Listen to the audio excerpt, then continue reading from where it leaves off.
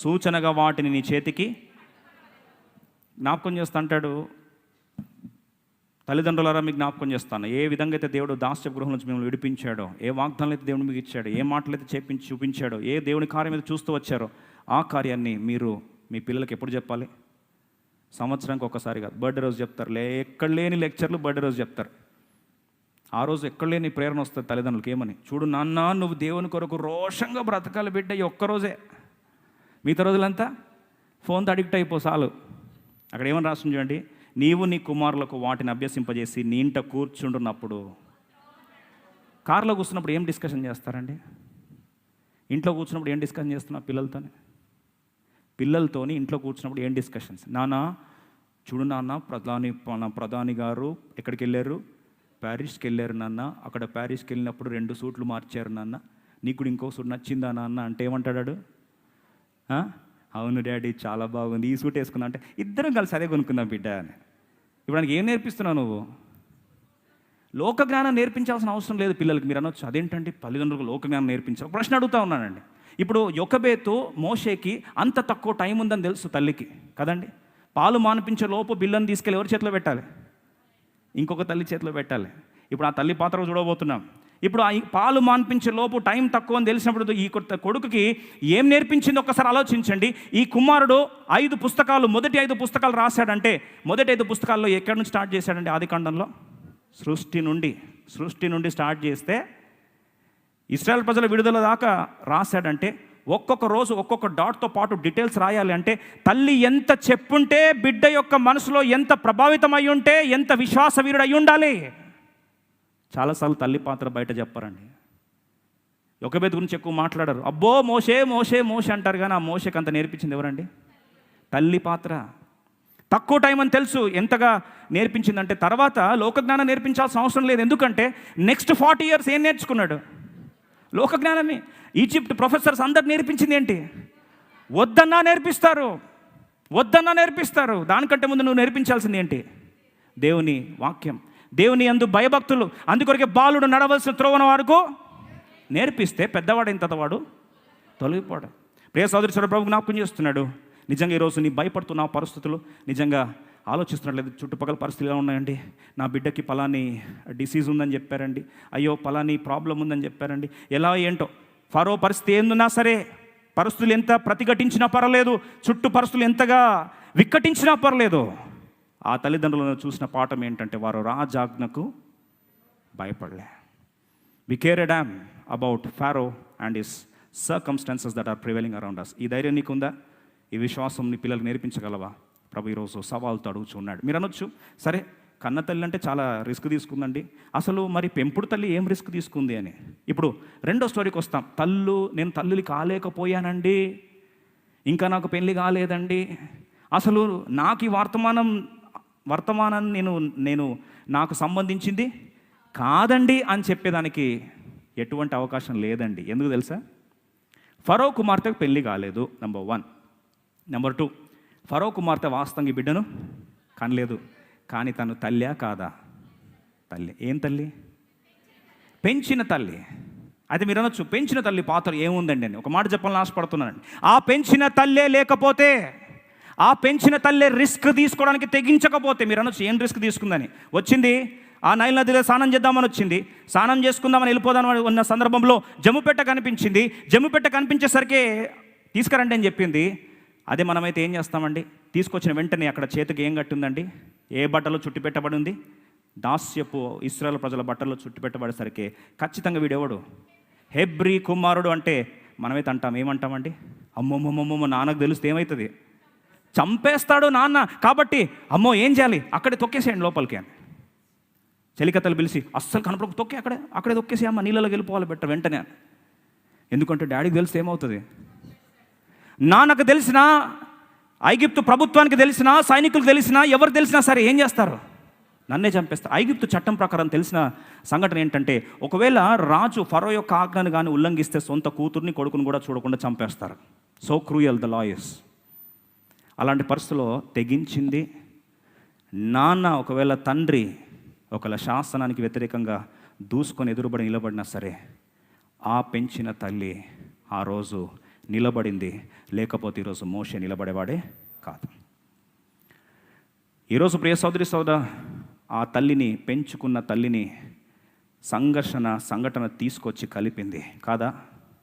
యథావిధిగా వెళ్ళింది, స్నానం ఎక్కడైనా చేసుకోవచ్చు. కానీ కరెక్ట్గా స్నానం చేస్తున్న ప్రాంతానికి ఎవరిని తీసుకొచ్చాడు? జమ్ము పెట్టెని తీసుకొస్తే జమ్ము పెట్టెలో బిడ్డను తీసుకొచ్చాడు. ఆ బిడ్డ ఏం చేస్తున్నాడు? నిర్గమకాండం 2వ అధ్యాయం 6వ వచనం అద్భుతమైన మాట.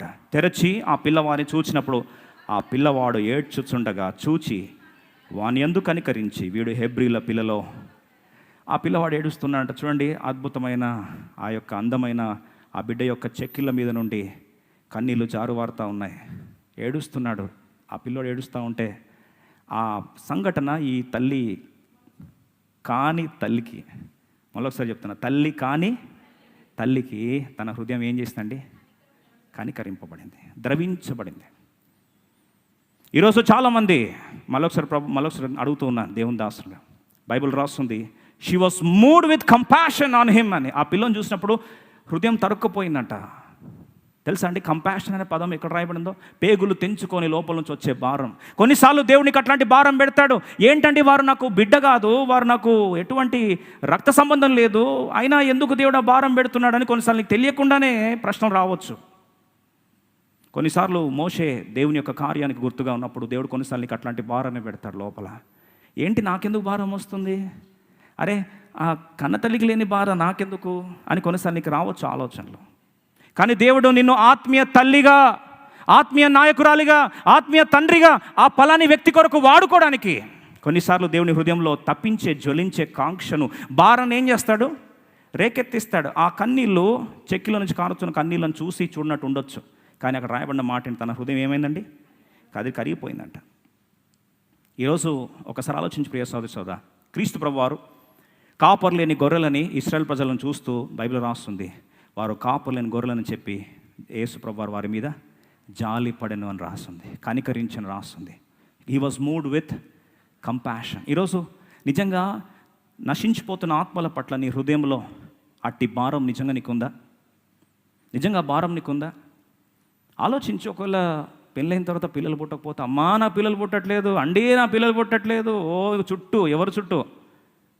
మీకు తెలుసు, IVF చుట్టూ, ఆ చుట్టూ, ఈ చుట్టూ తిరగడానికి అయితే నీకు భారం ఉందే? ఒకరోజు కాలగర్భం మునిగిపోయే బిడ్డల గురించి నీకు అంత భారం ఉంటే, నిజంగా నిత్యరాజ్యంలో, పరలోక రాజ్యంలో నిరంతరం ఉండబోయే ఆత్మీయ స్వాస్థ్యముగా నీ కొరకు ఆ యొక్క కిరీటముగా, క్రౌన్ ఆఫ్ రిజాయిసింగ్, అతిశయ కిరీటముగా ఆత్మల సంతానం అనే ఆ భాగ్యాన్ని దేవునికి ఇస్తానంటే, ఈరోజు నీ భారం ఎక్కడ ఉంది? Where is your passion for perishing souls? దానికి పెళ్లి చేసుకోవాల్సిన అవసరం లే, దానికి బిడ్డలు కనాల్సిన అవసరం లేదు, దానికి భౌతికంగా జన్మయ్యాల్సిన అవసరం లేదు. ఆత్మీయ జన్మ ఒకవేళ నీ ద్వారా నువ్వు తల్లిగా ఒకవేళ బిడ్డలకు ఆత్మీయ జన్మ ఇవ్వగలిగితే దానికంటే గొప్ప మాతృత్వం ఇంకేది లేదు. The biggest motherhood is when you beget spiritual children and they are your legacy. Let me tell you, you are a biggest supreme mother. ఈరోజు తల్లిగా నాకు ఇంకా నేను తల్లి కాలేకపోతున్నానండి, పిల్లలు లేరండి, అయ్యో అండి పిల్లలు లేరండి, పెళ్లి చేసుకుని సంవత్సరాలు అయిపోయిందండి, అయ్యా నేను డిప్రెషన్లోకి వెళ్ళిపోయాను, బాధపడాల్సిన అవసరం లేదు. Don't need to cry about it. ఆ ఫరో కుమార్తె అలా ఏడవలేదండి, అయ్యో నాకు బిడ్డలు లేరే, అయ్యో నేను పెళ్లి అవన్నీ ఆలోచించలేదు. దేవుడు నాకు ఇచ్చాడు ఈ అవకాశం, దేవుడు నాకు ఇచ్చాడు ఈ యొక్క భాగ్యం, ఈ అవకాశ భాగ్యాన్ని నేను పుణికిపుచ్చుకుంటానని ముందుకు వచ్చింది, తెగించింది, తండ్రి ఆజ్ఞకు ఢీకొట్టి నిలబడింది. చివరికి తన విశ్వాసం దేవుడు కనపరిచాడు.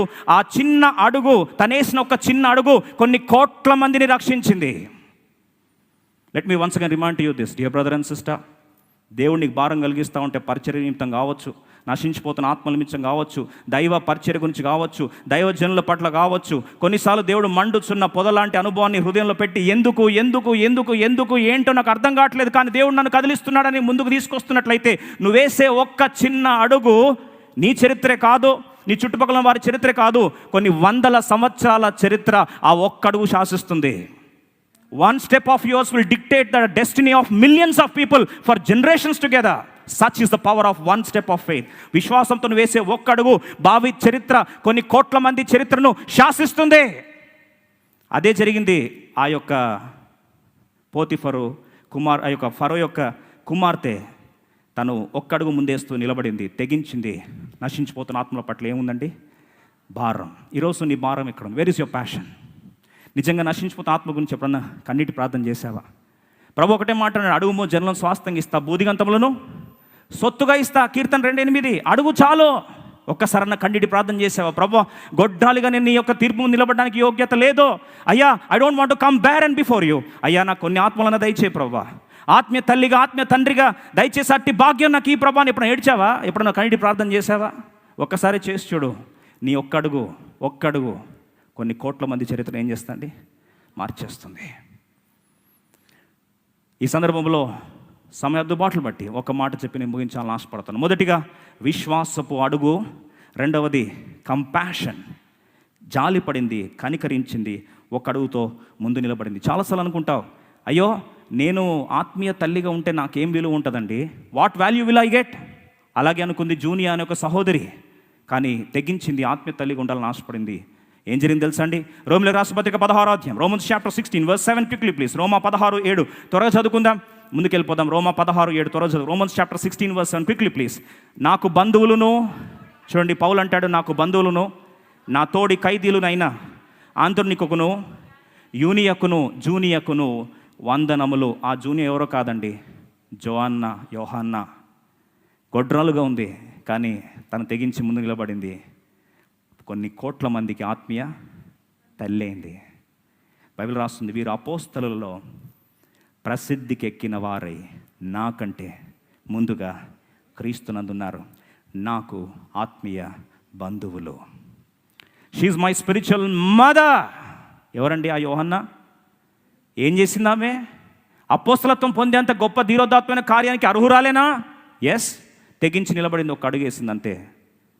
నాకు భౌతికంగా పిల్లలు లేకపోయినా పర్లేదు, నాకు ఆత్మీయ సంతానం కావాలి, దేవుని పరిచయం చేయడానికి కొరకు నా అడుగు నేను ఒక్క అడుగు ముందే తెగిస్తే నిలబడతానని చెప్పి శాసనాలు, ప్రభుత్వాలు తెగించి నిలబడింది అంతే. అపోస్తలత్వంలో మొదటి స్త్రీలలో మొదటి అపోస్తలత్వాన్ని పొందిన మొదటి స్త్రీగా చరిత్ర పుటల్లో లిఖితమైంది. మూడోది ఒక మాట చెప్పి నేను ముంచాలని ఆశపడతా ఉన్నా. నిజంగా బిడ్డను చూసినప్పుడు ఇద్దరు, వాడు సుందరుడు అని బైబిల్లో రాస్తుంది, దాన్ని నూతన నిబంధనలో స్పష్టంగా రాశారు. ఏం సుందరుడు అని చూశాను. చాలాసార్లు ఈరోజు నీ పిల్లల విషయంలో నువ్వు చేసే పొరపాటు ఏం తెలుసా? నీ పిల్లల విషయంలో నువ్వు చేసే మహా గొప్ప నేరం ఏంటంటే, పిల్లల్ని ఫస్ట్ చూసిన వెంటనే అమ్మాయి పుట్టిందండి, ఎంత ఆశపడ్డామండి, 3 తరాల్లో కొడుకు పుట్టాలని, వంశోద్ధరకుడు రాలేదండి. ఏంటండి అప్పుడే నిరుత్సాహం, హాస్పిటల్లోనే సంతోషం కాస్త కన్నీటి పర్యంతం. కంగ్రాచులేషన్స్ అంటే ఏం కంగ్రాచులేషన్స్లే, అక్కడే తెలిసిపోతుంది లోపల నుంచి వచ్చే ఆ వాయిస్లో అబ్బాయా అమ్మాయి అనేది తెలిసిపోతుంది ఎంట్రన్స్లోనే. కానీ ఒక బిడ్డ పుట్టినప్పుడు నువ్వు చూడాల్సింది ఏం తెలుసా? రండి చూద్దాం, అందరం కలిసి చదువుదాం. అపోస్తల కార్యం 7వ అధ్యాయం, acts of apostles chapter 7 verse 19-20 19-20 చదువుకుందాం.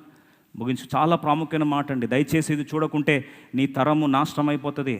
నీ బిడ్డలు అపవాది చేతులకు వెళ్ళిపోతారు. తెలియకుండానే తల్లిదండ్రులు పొరపాటు చేస్తున్నారు ఈ ప్రాంతంలో. అపోస్తల కార్యం 7 19-20 కలిసి చదువు. 19-20 కలిసి బిగ్గర చదువుకుందాం.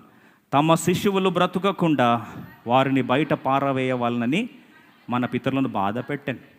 శిష్యులు బతకుండా చంపేస్తున్నారంట. అయితే అందరం కలిసి చదువుదాం 20 వచనం. ఆ కాలమందు మోషే పుట్టెను, అతడు ఏం మాట? దివ్య సుందరుడై తన తండ్రి ఇంట 3 నెలలు పెంచ.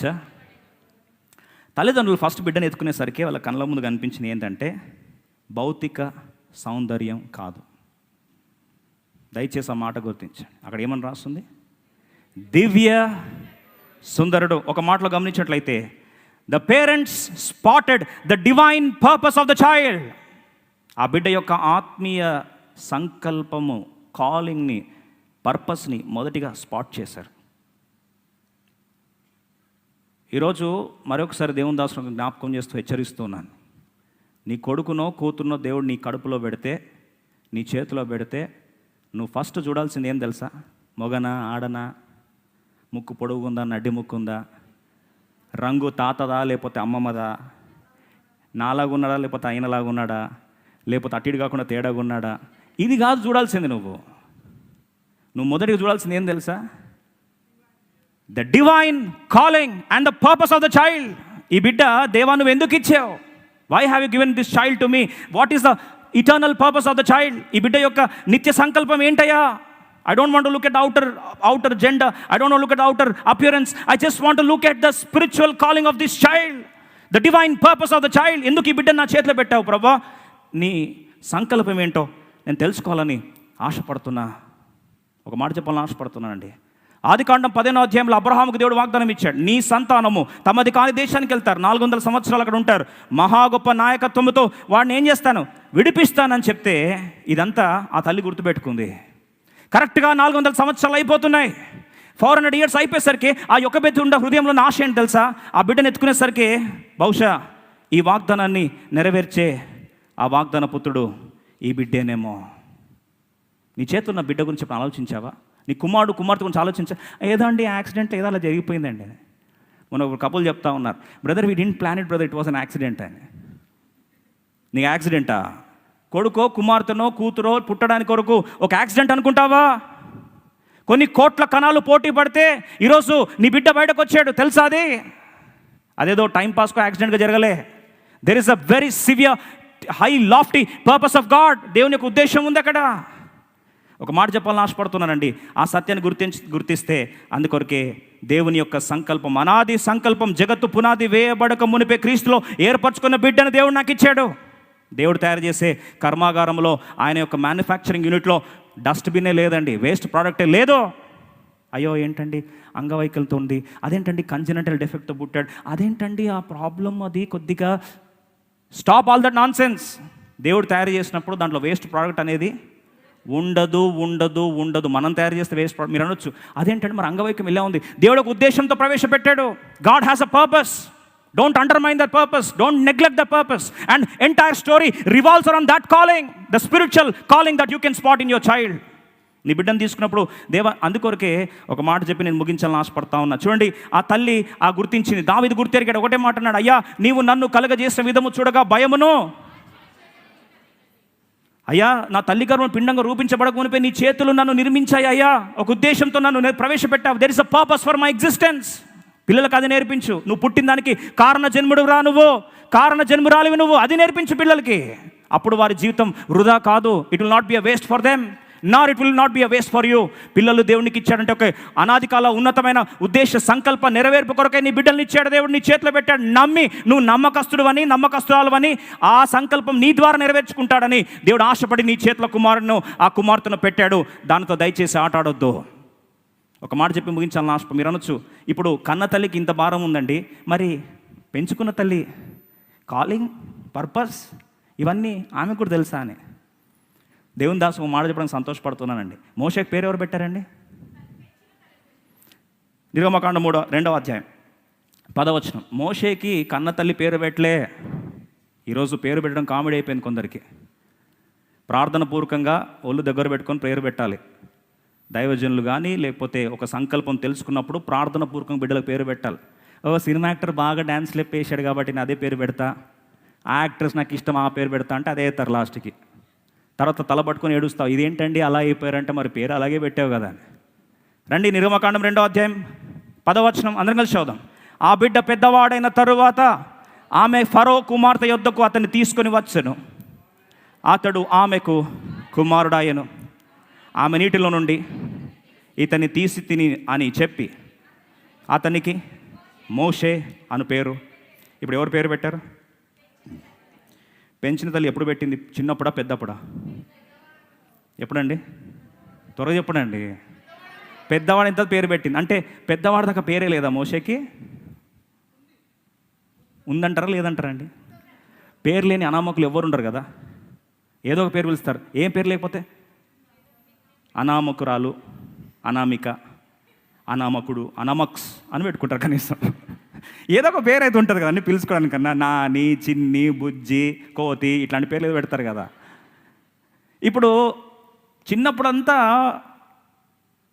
ఒరిజినల్ తల్లి ఏదో ఒక నా కన్నలు, నా బుజ్జి ఏం పిలుచుకుందో మనకు తెలియదు. జోకవేల్ సిస్టర్ని అడగాలి పరలోకం పోతే. ఇప్పుడు ఆమె పిలుచుకుంది ఎప్పుడంతా? చిన్నప్పుడంతా. ఇప్పుడు పెద్దోడు అయిన తర్వాత అంటే 5 years తర్వాత ఆ బిడ్డను తీసుకొచ్చి ఎవరి చేతికి అప్పగించింది? ఫరో కుమార్తె చేతికి అప్పగిస్తే ఇప్పుడు పేరు ఎవరు పెట్టారు? ఫరో కుమార్తె పేరు పెట్టింది. ఒకసారి ఆలోచించండి. పేరు పెడుతున్నప్పుడు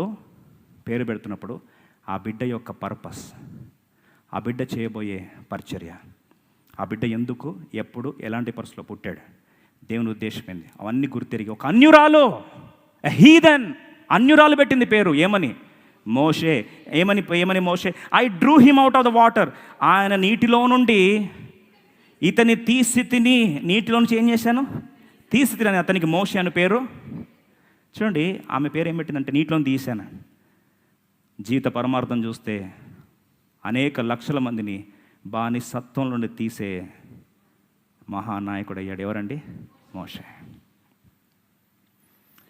ఇప్పుడు అమ్మ పేరుని దేవుడు సంతకం పెట్టాడా? పెంచుకున్న తల్లి పేరుని దేవుడు సంతకం పెట్టాడా? 80 ఇయర్స్ తర్వాత, 80 సంవత్సరాల తర్వాత ఈ మోషేకి పాపం మా అమ్మ పిలిచిన పేరా, పెంచిన తల్లి పేరా, లేకపోతే ఈ యొక్క జత్రో కుమార్తె, భార్యలు కొత్త పేర్లు పెడతారు కదా, ఏ పేరు? కన్ఫ్యూజ్ పాపం. పోతా ఉంటే దేవుడు సంతకం తీసుకున్నాడు పరలోకం నుండి. ఆ మండుచున్న పొద కనిపిస్తుంది. మోషే, మా పెంచుకున్న తల్లి పిలిచిన పేరు. ఇంకోసారి మోషే. Yes, confirm. ఏం కన్ఫామ్? మోషే. ఆలోచించండి, ఒక అన్యురాలు అంత ఆలోచించి జీవిత పరమార్థాన్ని, డివైన్ పర్పస్ని అర్థం చేసుకుని ఏం చేసిందండి? పేరు. దేవుడు దాన్ని ఏం చేశాడు? ఇప్పుడు చెప్పండి, నా తల్లి పాత్ర ఇంపార్టెంటా కాదా? ఇంపార్టెంటే. ఈరోజు నువ్వు దేవుని ముందు నువ్వు తల్లి కావాల్సిన అవసరం లే, పిల్లలు కావాల్సిన అవసరం లే. కానీ కొంతమంది దేవుని బిడ్డల్ని దేవునికి చూపిస్తాడు. వాళ్ళ జీవిత పరమార్థం వారు గుర్తెరిగినట్లు, దైవ చిత్తం వారు తెలుసుకున్నట్లు ఒక తల్లిగా, ఆత్మీయ తల్లిగా నువ్వు వారిని నడిపించు. దేవునిలోకి తీసుకురా, దేవునిలో స్థిరపెట్టే పరిచయం చేయి. సొంత తల్లి కంటే ఎక్కువ నేను ఏం చేస్తారు? గుర్తుపెట్టుకుంటారు. ఒక్క అడుగు ముందుకేసి వారు చేస్తున్న పరిచర్యకు ఒక్క అడుగు చేయుతనివ్వు. ఒక్కసారి ఎత్తుకొని ఆ బిడ్డను ఎత్తుకో, అంతే. జీవితాంతం ఆ పేరుని దేవుడు ఏం చేశాడు? ముద్రించేశాడు. God will never forget what you do out of spiritual love. ఆత్మీయ ప్రేమతో నువ్వు చేసే ప్రతి అడుగు దేవుడు మర్చిపోడు. దాన్ని ఏం చేశాడు? తరతరాలు సంతకం పెట్టేశాడు, అంతే. ఈరోజు దాకా చూసాం కదండి, 785 సార్లు పేరు ఎవరిది రిపీట్ అయిందండి? కన్న తల్లి పెట్టిన పేరు కాదు, భార్య పెట్టిన పేరు కాదు, పెంచిన తల్లి పెట్టిన పేరు. చరిత్ర అంతా జీవిత పరమార్థం చుట్టే తిరిగింది. Why are you born? ఈ బిడ్డలు ఎందుకు ఇచ్చాడు దేవుడు? ఈరోజన్న ప్రార్థించప్ప, ఆ ప్రార్థన చేయి. ప్రభా, నా బిడ్డలు ఏదో చూశాను ప్రభా, వారు అంగవైకల్యం ఉందని చూస్తున్నాను ప్రభా, ఆడబిడ్డ పుట్టిందని బాధపడుతూ వచ్చాను ప్రభా, అసలు ఏ ఉద్దేశంతో ఈ బిడ్డను నాకు ఇచ్చావు? గర్భఫలం యెహోవా ఇచ్చు స్వాస్థ్యం అన్నావు, నువ్వు ఇచ్చిన స్వాస్థ్యాన్ని ప్రశ్నించానయ్యా. దయచేసి ఎలా పెంచాలి బిడ్డ నీ కొరకని ఈరోజు ఒక్క చిన్న ప్రార్థన చేయి. ఆ బిడ్డలో ఉన్న పొటెన్షియల్ దేవుడు నీకు చూపిస్తాడు, అంతే. చాలా కాలం క్రితం జరిగిన సంఘటన చెప్పి ముగించాలని ఆశపడతా ఉన్నా. సౌత్ వేల్స్ ప్రాంతంలో, ఇంగ్లాండ్ దేశంలో ఒక తల్లి ప్రసవించింది, భర్త చనిపోయాడు. బిడ్డను పెంచుకోవడం కొరకు పాపము కన్న బిడ్డను తీసుకుంది, చిన్న శిశువు. ఆ సందర్భంలో భయంకరమైన మంచు తుఫాను ఆ ప్రాంతం అంతటిని కబలిస్తూ ఉంది.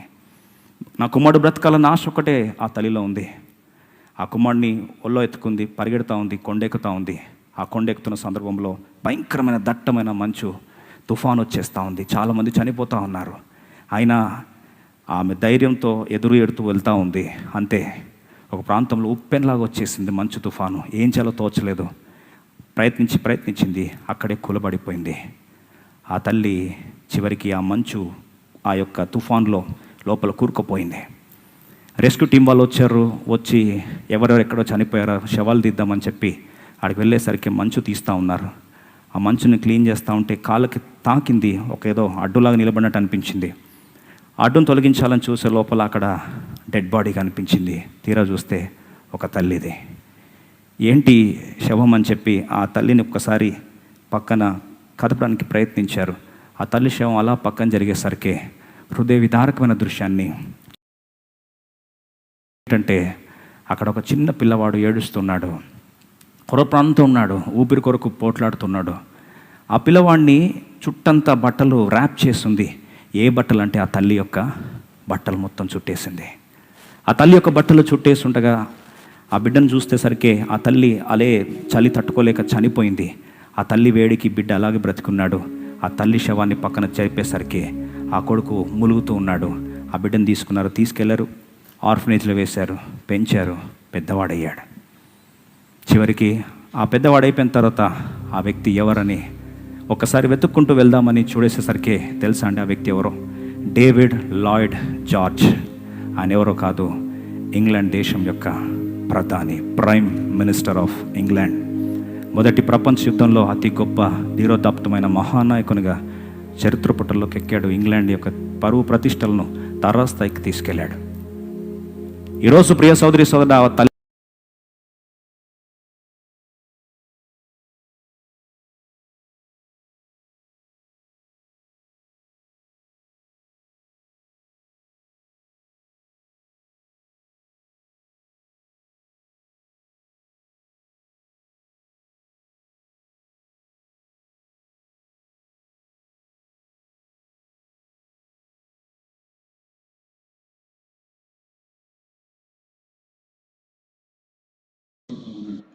స్కూల్ టీచర్స్ వెంటనే ఒకరోజు కోపోద్రేకులైపోయి లెటర్ రాసి పంపించారు. ఇది మీ అమ్మకే ఇవ్వని చెప్పారు. ఆ బిడ్డ నేరుగా వెళ్ళాడు, అమ్మకి ఆ లెటర్ ఇవ్వడానికి ప్రయత్నించాడు. అమ్మ తీసుకుంది. అమ్మ నువ్వే చదవాలంట, ఇంకెవ్వరు చదవద్దంట అని చెప్పేసరికి చదువుతాను అన్నా నేను. ఏమని రాస్తుంది మమ్మీ, ఒకసారి చెప్పవా అనేసరికి అప్పుడు ఆ అమ్మ చదవడం ఆరంభించింది. అప్పుడు అంటుంది, your son is a genius, the school is two small for him, the school is two small for him, it doesn't have the equipped teachers to teach him. ఆ మాటను తెలుగులో చెప్పడానికి ప్రయత్నిస్తూ ఉన్నాను. వెంటనే రాస్తుంది అక్కడ, నీ కుమారుడు జీనియస్ అమ్మా, అయితే ఇట్లాంటి జీనియస్ కొడుకుకి టీచ్ చేయడానికి మా స్కూల్ చాలా చిన్నది, రేపటి నుంచి మానేసేయి, మీ కుమారుడికి టీచింగ్ చేయలేము అని రాస్తుంది. చరిత్ర ఒక్కసారి కట్ చేస్తే ఆ రోజు నుంచి తల్లి ఆ బిడ్డకు తనే తల్లి అయింది, తనే టీచర్ అయింది, అన్నిటికంటే ముఖ్యంగా తనే ప్రార్థన పర్రాలైంది. ప్రతిరోజు బిడ్డ పడుకున్న ప్రాంతంలోకి వెళ్ళి కన్నీటి ప్రార్థనతో, ప్రభా ఈ బిడ్డని ఇచ్చావు, గొప్ప ఉద్దేశంతోనే ఇచ్చి ఉంటావు కదా ప్రభా, ఎలా పెంచాలో నేర్పించు ప్రభా అని ప్రార్థన చేయడం స్టార్ట్ చేసి బిడ్డను పెంచడం ఆరంభించింది. స్టోరీ కట్ చేస్తే ఆ వ్యక్తి ఎవరో కాదు, Thomas Alva Edison. Lights bulbs కనిపెట్టాడు. అది కాదు, he is the scientist and genius of the century. 100 సంవత్సరాలకు అట్లాంటి వ్యక్తి పుట్టడనే చరిత్రను ఆయన పొందిన తర్వాత ఒకరోజు తల్లి క్లాసెట్కి వెళ్ళాడు. ఆ డైరీస్ తీస్తే ఆ పేపర్ వచ్చి కింద పడింది. తల్లి డైరీ నుంచి పేపర్ కింద పడితే తీసుకున్నాడు. ఆ పేపర్ ఓపెన్ చేసి చూస్తే ఆ రోజు రాసిన ఆ యొక్క లెటర్ కనిపిస్తూ ఉంది. ఆ లెటర్ తీసి చదవడం స్టార్ట్ చేస్తే గుండె పగిలిపోయింది. ఏమని రాస్తుంది తెలుసా అండి? అమ్మా, your son is adult, mentally ill, తను మానసిక రోగి. We won't let him come to school anymore, స్కూల్కి రానివ్వమమ్మా. ఆ మాట చదువుకున్నాడు, కళ్ళ నుంచి నీళ్ళు కారిపోతూ ఉన్నాయి. తన డైరీ తీసుకున్నాడు, అప్పుడు లెటర్ రాయడం స్టార్ట్ చేశాడు. Yes Thomas is an adult child. ఈ థామస్ అనే బిడ్డ మానసిక రోగే, కానీ ప్రార్థన పర్రాలైన తల్లి, the heroic faith of the mother and her tearful prayers have made me the genius of the century. తన కన్నీటి ప్రార్థన, తన ధీరోదాప్తమైన విశ్వాసపు మాతృత్వం ఈరోజు నన్ను ఒక సెంచరీకే, 100 సంవత్సరాలకి ఒక జీనియస్గా నిలబెట్టింది.